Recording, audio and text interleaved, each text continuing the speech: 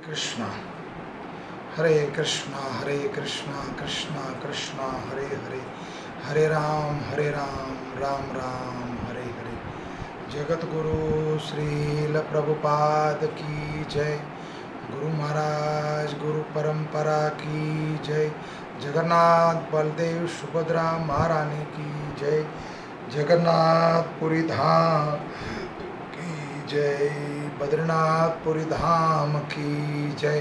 द्वारकापुरी धाम की जय। रामेश्वरपुरी धाम की जय। अयोध्यापुरी धाम की जय। वृंदावन धाम की जय। बांके बिहारी लाल की जय। आध्यात्मिक यात्रा का आज 129वां दिन। जगन्नाथपुरी धाम यात्रा का आज 53वां दिन है। इस प्रातःकालीन भागवत कक्षा में अब सब लोगों का स्वागत है। आज द्वादशी है और प्रातः पालन का समय है या था 5:30 बजे से लेकर 10 बजे तक का। ओम नमो भगवते वासुदेवाय। ओम नमो भगवते वासुदेवाय। ओम नमो भगवते वासुदेवाय। ओम नमो भगवते वासुदेवाय। नारायणं नमस्कृत्यं नरं चैव नरोत्तमं देवीं सरस्वती व्यासं ततो जयमुदीरयं। नष्टप्रायं सुभद्रेषु नित्यं भागवतं सेवया। भगवते उत्तम श्लोके भक्तिर्भवति नैष्ठकी। कृष्णाय वासुदेवाय देवकी नंदनंदनाय च नंदगोपकुमाराय गोविंदाय नमो नमो। हरे कृष्णा कृष्णा कृष्णा हरे हरे, हरे राम राम राम हरे हरे। 31 जुलाई 2020 द्वादशी प्रातःकालीन भागवत कक्षा में स्वागत है आपका। अविनाशी जीवात्मा और परमात्मा, कल हम कथा सुन रहे थे अविनाशी पिता और पुत्र का संबंध। तो भगवान शाश्वत पिता है हमारे और भक्त का और जीव के प्रति अति कृपा करते हैं। रक्षक वही है, रक्षक कोई दूसरा नहीं है। भागवत गीता के 9वें अध्याय का जो 22वां श्लोक है उसमें जो भगवान ने वर्णन किया है उसी श्लोक को लेकर जगन्नाथपुरी के एक भक्त ब्राह्मण परिवार से जो भगवान ने इस श्लोक में बोला 9वें का 22वां, जिसमें क्या भगवान ने बोला, अनन्य चिंतयन्तो माये जना पर्युपासन्ते तेसा नित्या भयुक्ता ना योग स्वयं वहाम्यहम। जो अंत में भगवान ने बोला योग स्वयं वहायम, किंतु जो लोग अनन्य भाव से मेरी दिव्य स्वरूप का ध्यान करते हुए निरंतर मेरी पूजा करते हैं, उनकी जो कुछ आवश्यकता है उन्हें मैं पूरा करता हूँ और जो कुछ उनके पास है उनकी मैं रक्षा करता हूँ। चाहे वो भौतिक हो चाहे आध्यात्मिक हो, उनको मैं पूरा करता हूँ। तो ये ब्राह्मण जो थे जगन्नाथपुरी के, ये गरीब थे, दरिद्र थे, तो तीनों टाइम का भोजन भी उनको नसीब नहीं होता था। तो उस दिन उन्होंने भगवत गीता का ये जो श्लोक है 9वें अध्याय का 22वां श्लोक, उन्होंने योग क्षेम व्यायाम इस श्लोक को काट दिया, कलम से काट रहे थे उनको। तो जैसे उस कलम उस श्लोक को काटने लगे, जो मूल श्लोक है, जैसे मूल भागवत के श्लोक होते हैं उसी तरह मूल भागवत गीता के भी श्लोक हैं। तात्पर्य में और अनुवाद में और उदाहरण में हम जो कुछ करें उसमें कुछ भी लिख सकते हैं, लेकिन जो मूल श्लोक भगवान के मुख से निकली हुई वाणी भगवत वाणी है, कुरुक्षेत्र में भगवान ने गीता अर्जुन को सुनाई तो ये गीता के श्लोक जो हैं भगवान के मुख से प्रकट हुए हैं। तो साक्षात उन श्लोक को काटना, साक्षात भगवान के मुख से निकले हुए शब्द वाणी को काटना, ये तो वैष्णव अपराध नहीं भगवत अपराध हो जाएगा। तो उस श्लोक को जब वो ब्राह्मण काट रहा था, घर में 3 टाइम का भोजन नसीब नहीं हो रहा था, तो भगवान तो कहते हो कि आप में जो कुछ मेरा भक्त है वो नित्य भगवान की सेवा भी करते थे, तो जो कुछ आपके पास है उसकी मैं रक्षा करूँगा, नहीं उसकी पूर्ति करूँगा। तो 3 टाइम का खाना नसीब नहीं हो रहा था। उन्होंने उस श्लोक को जैसे काटना प्रारंभ किया, भगवान उनके सामने प्रकट हो गए। और भगवान कहते हैं, वैसे तो बाल रूप में प्रकट हुए थे, भगवान का रूप नहीं था, किसी गरीब बालक के रूप में प्रकट हुए थे। लेकिन भगवान पूछते ये क्या कर रहे हो तुम? तो कहते हैं भगवान ने जो श्लोक बोला ये गलत है, झूठ है। भगवान योग स्वयं व्यायाम नहीं करते, वो पालन पोषण नहीं करते। तो बड़ा क्रोधित था ब्राह्मण वो, क्यों? भोजन नसीब नहीं हो रहा था परिवार को। तो उस स्थिति को देखकर जगन्नाथ जी बड़े मन बड़ा खंडित हुआ उनका कि मेरे प्रति मेरे भक्त का ऐसा भाव, तो बड़ा दुख लगा। रात्रि को जगन्नाथ जी जो वहाँ के गजपति जो राजा थे उनके सपने में आए और बताया कि जगन्नाथपुरी उड़ीसा के अंदर एक ब्राह्मण के घर में खाने को दाना नहीं, कैसे राजा हो तुम कैसे राजा हो? अपनी प्रजा का ध्यान नहीं करते। और मैंने तुम्हें राजा बनाया, तो राजा का अर्थ है कि समाज के अंदर या आपके राज्य के अंदर कोई व्यक्ति भूखा नहीं रहना चाहिए। तो राजा का अर्थ क्या हुआ? भगवान रामचंद्र जी जब इस भूमंडल पे थे त्रेता युग में, रामा अवतार में, तो प्रतिदिन भगवान देखते थे गांव में कोई, शहर में कोई, अयोध्या में कोई भूखा ना रहे, उस राज्य में कोई भूखा ना रहे, किसी तरह से संपन्न था। यहाँ तक तो भगवान रामा अवतार में ये था कि जब तक जीव चाहता नहीं था उनकी मृत्यु नहीं होती थी। राम राज्य ऐसा था। तो जगन्नाथ जी कहते हैं उस गजपति को, राजा को, कि तुम कैसा राज्य चला रहे हो, कैसा शासन चला रहे हो? तुम्हारे राज्य में कोई भूखा रह जाए और मुझे प्रतिदिन 56 तरह का भोग दिन में 6 बार लगता है, फिर भी वो भूखा है। अगले दिन सुबह मंदिर के जो पंडा थे वो जगन्नाथ जी की सेवा करने के लिए भगवान के जब श्रृंगार कर रहे हो, सेवा कर रहे, अभिषेक कर रहे हैं, तब जगन्नाथ जी की पीठ पर और भगवान जगन्नाथ जी के वक्षस्थल और मुखमंडल पर कुछ गहरा गड़ी हुई लाइनें, भगवान का मुखमंडल, भगवान का चेस्ट, भगवान की पृष्ठ कटी हुई है, किसी तेज धार से कटी हुई हो, सब जगह कटने के निशान लगे हुए हैं। तो वो पुजारी बड़ा दुखी था, पंडा बड़े दुखी थे कि हुआ क्या ये? भगवान तो कहीं बाहर गए भी नहीं है और भगवान तो अपनी रत्न वेदी पर विराजमान है, फिर ये काटा किसने? तब भगवान साक्षात प्रकट होकर बोले कि मुझे उड़ीसा में जो ब्राह्मण है उनका नाम बता दिया गया है जगन्नाथ मिश्र, उसने मुझे काटा है। साक्षात भगवान बोले कि मेरे शब्दों को, मेरी वाणी को झूठा कर दिया उसने। जब उस राजा को उस बात का ज्ञान हुआ कि भगवान जगन्नाथ जी की पीठ पर काट दिया है ब्राह्मण ने, उस श्लोक को वहाँ काटा, तो भगवान भगवत वाणी में और भगवान के विग्रह में कोई भेद नहीं है, वो साक्षात दोनों एक ही है। और भगवान रक्षा करते हैं जीव की, पालन पोषण भगवान ही करते और कोई करता ही नहीं, रक्षक भगवान है। तो क्या कहते हैं, प्रचुर मात्रा में इतना धन और इतना अन्न दिया, और राजा ने इतना धन और इतना अन्न दिया उस ब्राह्मण को कि वो धनी बन गया।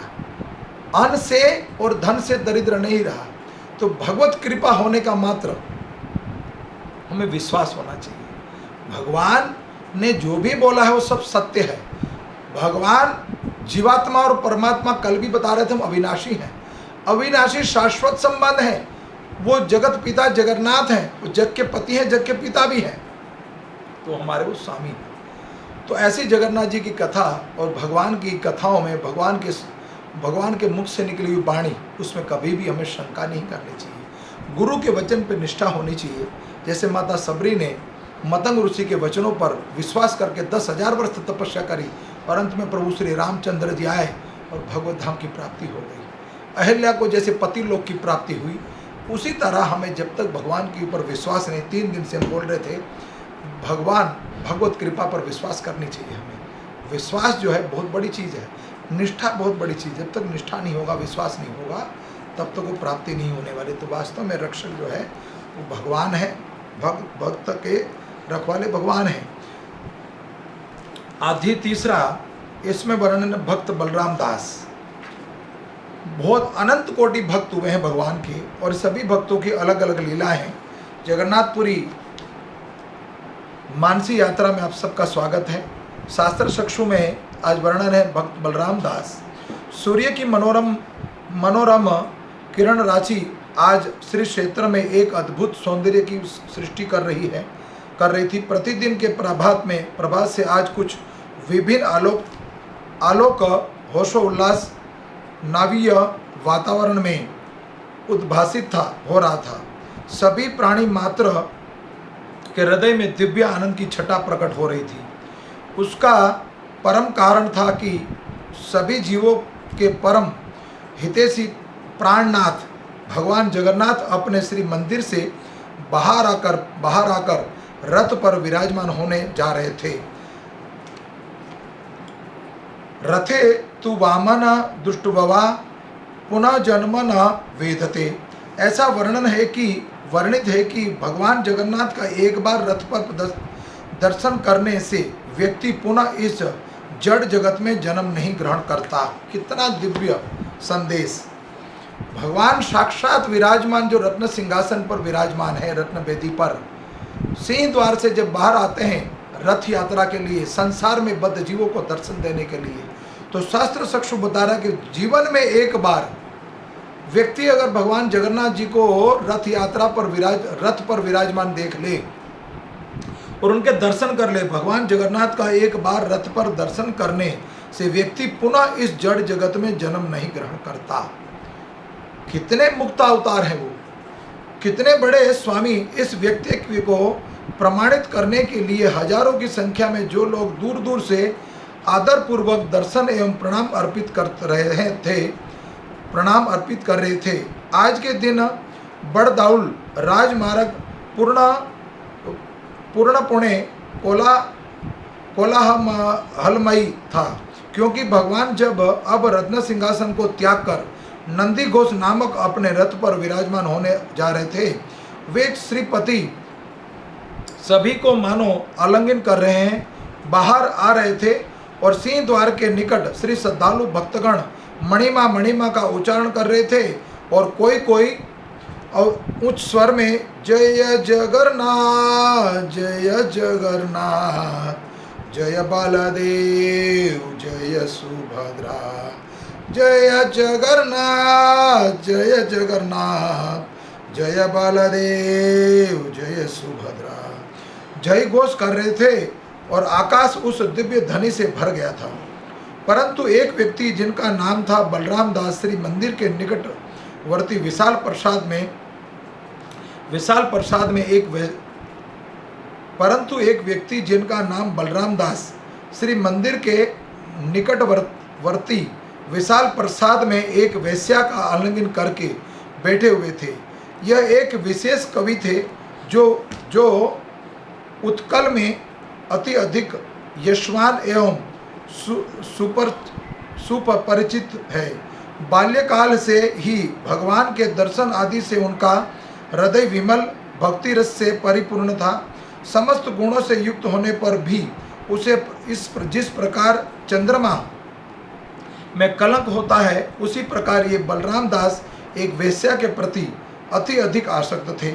रथ यात्रा के दिन भी वे जानते हुए भी अपने आप को वश में नहीं रख पाए, और इस अत्यंत पवित्र दिन भी वे उस वेश्या के गृह में उपस्थित होकर उस प्रसाद के एक प्रकोट में उसे आलिंगन करके बैठे थे, मानो उसी के प्रति बलराम दास ने आत्मसमर्पण कर दिया हो।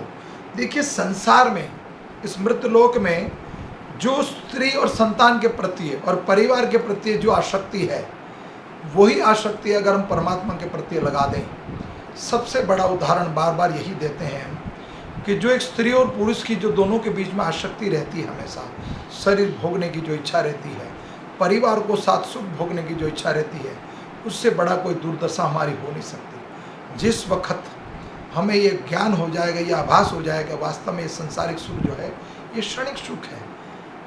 प्रभुपाद इस सुख के बारे में कई बार कितना प्रवचन दे चुके हैं ये सांसारिक दुख जो है, सांसारिक सुख जो है एक मल के समान है जो हम इसको भोगते हैं। तो बलराम दास परम भक्त थे, लेकिन वेश्या का संग कर रहे थे। स्त्री में जब वो लिप्त हो जाता है व्यक्ति तो सब कुछ भूल जाता है और उसकी अधोगति हो जाती है और पुनः फिर मृत्यु लोक में आना पड़ता है। क्रमश सिंह द्वार पर भगवान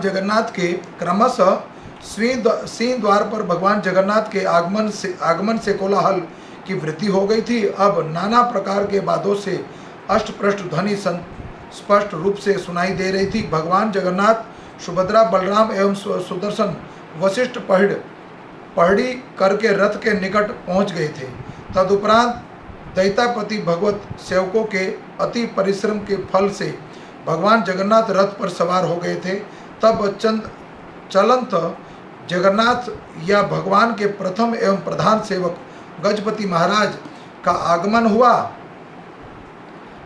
हुआ और उनके स्वागतार्थ बड़दाउल राजपथ पर एकत्रित जगन्नाथ जगमानस के में उनका जय ध्वनि से स्वागत किया गया था। उस ध्वनि प्रभाव से सारा राजमार्ग कंपित हो गया था। राजा के विनम्रतापूर्वक झाड़ू देने की सेवा कर डाली। अब पंडागण उच्चता से हाथों में स्थित घंटों की आवाज करने लगी। हृदय में कंपना करने वाली ये ध्वनि वेश्या के गृह में स्थित बलराम दास के कानों में भी प्रवेश कर गई, जिसके श्रवण से उनका हृदय वेदनित होने लगा। अब एक क्षण भी उस वेश्या के घर में रुकने का मन नहीं था और उनका शरीर जगन्नाथ का स्मरण करने मात्र से थरथर कांपने लगा और नयनों से जर्जर असीमित अश्रु की धारा प्रवाहित होने लगी। उनका मुख सूखने लगा और हृदय में मानो भक्ति रस सागर उमड़ पड़ा हो। इस कथा को पुनः हम कल बोलेंगे। आज के लिए इतना ही। कुछ कथा में त्रुटि रह गई हो तो पुनः आपसे फिर कल मिलेंगे। धन्यवाद। हरे कृष्णा। हरे कृष्णा। वांछा कल्पतरुभक्षा कृपा सिंधु एव च पतितानां पावनेभ्यो वैष्णवेभ्यो नमो नमो। हरे कृष्णा।